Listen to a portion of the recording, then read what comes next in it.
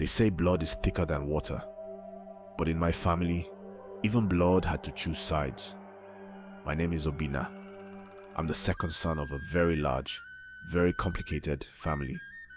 We live in Enugu, but we come from a village in Anambra, a place where people still believe that what your ancestors did will come back to greet you or haunt you. We're 7 children, same father, 2 mothers, one house.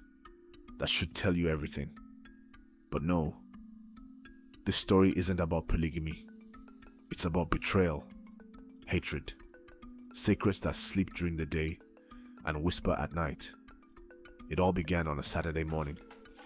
Mama Nkechi, the first wife, was frying akara in the backyard. My mother, the second wife, was watching a Nollywood movie in the sitting room, pretending not to smell the burning oil. Peace was still alive that morning. Then the letter came, a small white envelope, addressed to my father. No stamp, no sender, just a name. Chief Ugochukwu Nadi, my father's full name.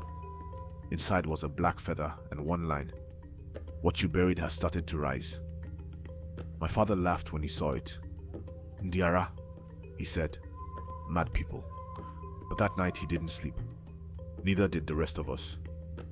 I remember the silence that fell over the house, the kind that makes even the wall clock tick louder.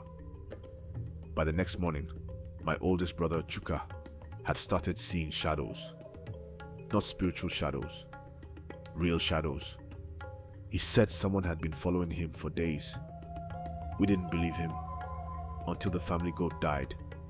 Not just died, it was sacrificed, with markings on its body, the kind the elders call Ndugbara Oku.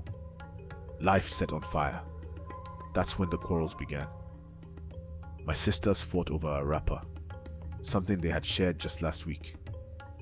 My uncles came from the village to demand land that had already been sold. My stepmother accused my mother of poisoning the soup. And my father started calling names in his sleep. Names of people who died before I was even born.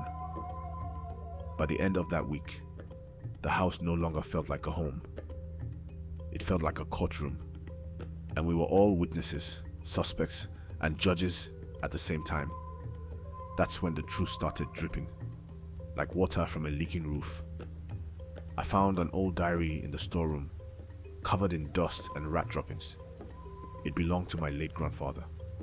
Inside it spoke of a betrayal, a brother killed for inheritance, a curse placed by a dying man, and a warning. No peace shall dwell in the house of Nadi until the blood is balanced.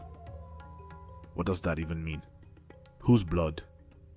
Balanced how? I wish I could tell you the story ended there. But this was only the beginning. Because the real curse wasn't in the letter.